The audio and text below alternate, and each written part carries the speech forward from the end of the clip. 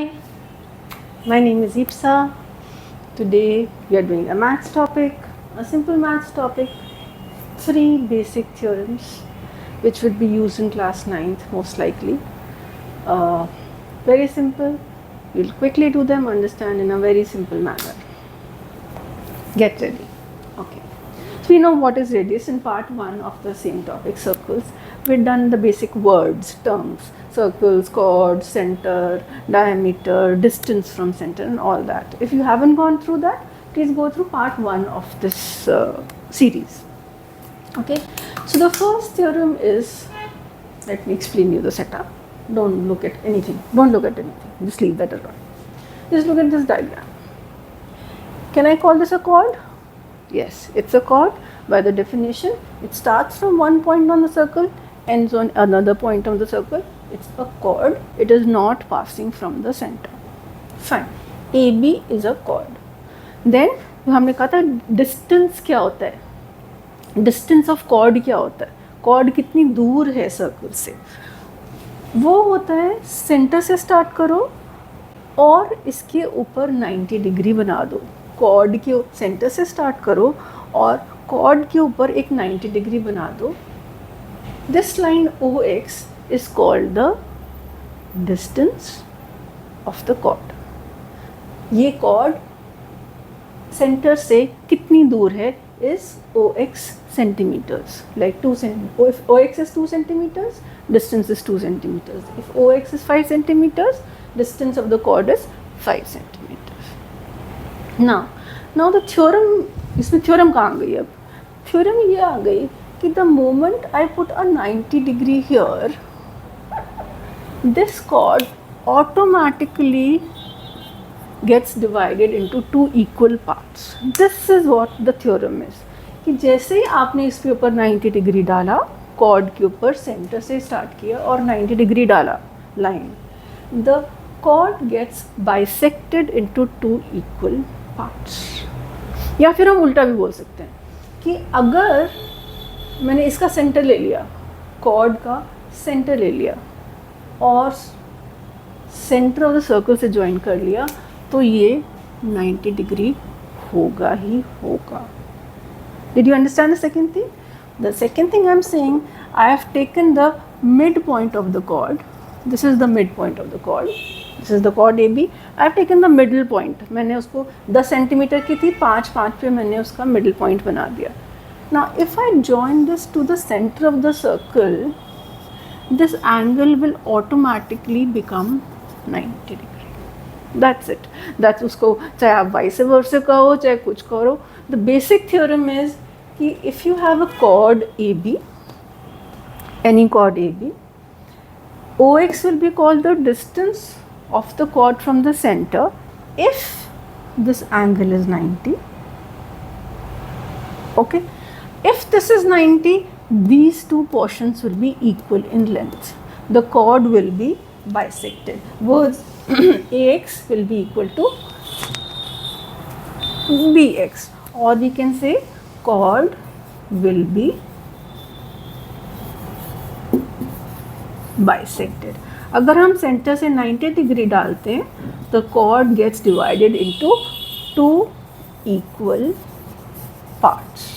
Bisected मतलब दो equal parts में divide हो जाती है. AX is equal to BX. That's the first theorem. Second theorem जो भी आपकी बुक में उसका नंबर है, ये वो थ्योरम है और उसका वाइस वर्सा है कि अगर मिडिल पॉइंट ले लो और ज्वाइन कर दो तो वो 90 डिग्री बन जाएगी.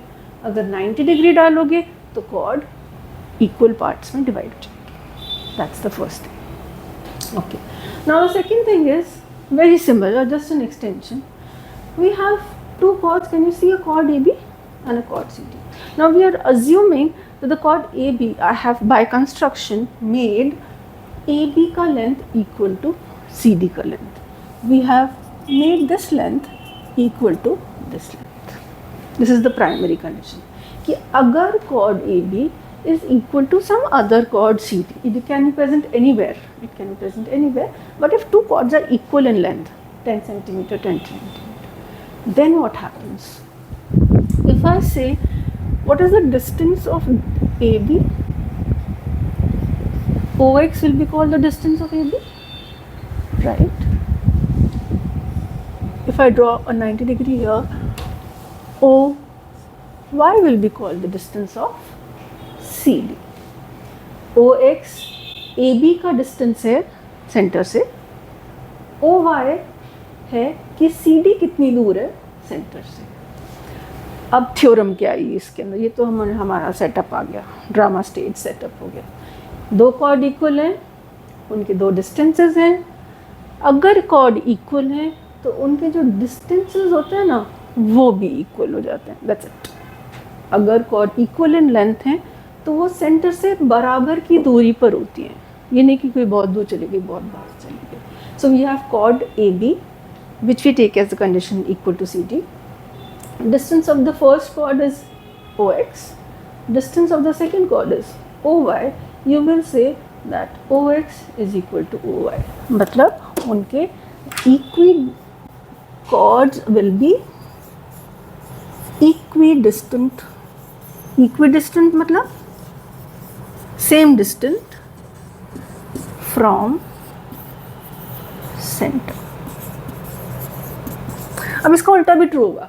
अगर बाई चांस हम कहें कि दो कॉर्ड्स हैं, उनके डिस्टेंस वो इक्वल दूरी पर हैं सेंटर से, they are at equal centre से, their distance is also 5 metre, this distance is also 5 centimetre, then automatically reverse will be true, the chords will be of equal length. अगर ये 2 centimetre के distance पे और ये भी 2 centimetre के distance पे, the chords automatically will become of equal length whatever they may be. So this is the second theorem. आपकी बुक में इसका क्या नंबर दिया हुआ है बता रहे, I don't know, but this is the second basic concept. Now इसी का extension. अब यहाँ हमने क्या स्पेशल केस ले लिया था, कॉर्ड्स आर इक्वल. अब कहते हैं हमें क्या पता कि कॉर्ड्स इक्वल हैं नहीं हैं, क्या हो रहा है. Suppose there is a long chord and a short chord. मैंने यहाँ पे AB को एक लॉन्गर कॉर्ड बनाने की कोशिश की है, बहुत सुंदर नहीं बनी है बट दिस एक्सेप्टेड. CD को छोटी कॉर्ड बनानी. Okay, let me just modify it only, make it little shorter, तो थोड़ा दिखने में भी ठीक लगे. CD. Okay, is it okay now? Yeah, now CD looks smaller. So AB is the longer chord, CD is the shorter chord. अब इसमें क्या थ्योरम है, जो लॉन्ग कॉर्ड होती है ना वो बहुत पास होती है. जो लॉन्ग कॉर्ड है वो सेंटर से बहुत पास होती है, और जो शॉर्ट कॉर्ड होती है वो बहुत दूर होती है, जस्ट ऑपोजिट होती है. जितनी लंबी होती जाएगी कॉर्ड वो सेंटर से पास पास पास पास पास पास आती जाएगी. So if this is the long chord, the distance of this chord will be less. This distance वो सेंटर के बहुत पास आ जाएगी. This distance will be much less than ये वाला डिस्टेंस, दूसरी कॉर्ड का distance. So OX, distance OX will be less than distance OY. Why? क्योंकि ये छोटी कॉर्ड है और ये बड़ी कॉर्ड है. बड़ी chord, longer chord is always close to the centre. अब इसका एक स्पेशल केस आ जाता है कि अगर हमारी कॉर्ड सेंटर से ही पास कर जाए, हो तो सकता है ना, क्यों नहीं हो सकता. That is also, it's a diameter. I know you will say कि ये तो डायमीटर होता है, but diameter is also chord. उसका सेंटर से डिस्टेंस क्या होता है, डिस्टेंस ही नहीं, it is crossing the centre. तो अगर डायमीटर होता है, it is the longest chord S. Okay, it is the longest chord and वो सेंटर के ऊपर ही होती है. उसका डिस्टेंस 0 होता है फ्रॉम द सेंटर. वो बिल्कुल उसके ऊपर चढ़ के ही बैठी हुई होती है. There is no distance of the diameter from the centre. The distance is 0 if it is a diameter. Otherwise, every other chord will have some distance from the center.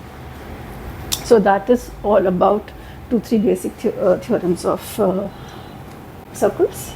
Part 3, we'll take a few more theorems based on angles. These were based on lengths, length of chord, length of distance. Here also, remember, this will be equal to this. This will be equal to this. The moment you have distances, ये bisect तो होंगी ही chord. That is no question. That will happen only. Okay, hopefully they are clear, you can just make your own sentence. You don't need to learn the sentence which is written in the book.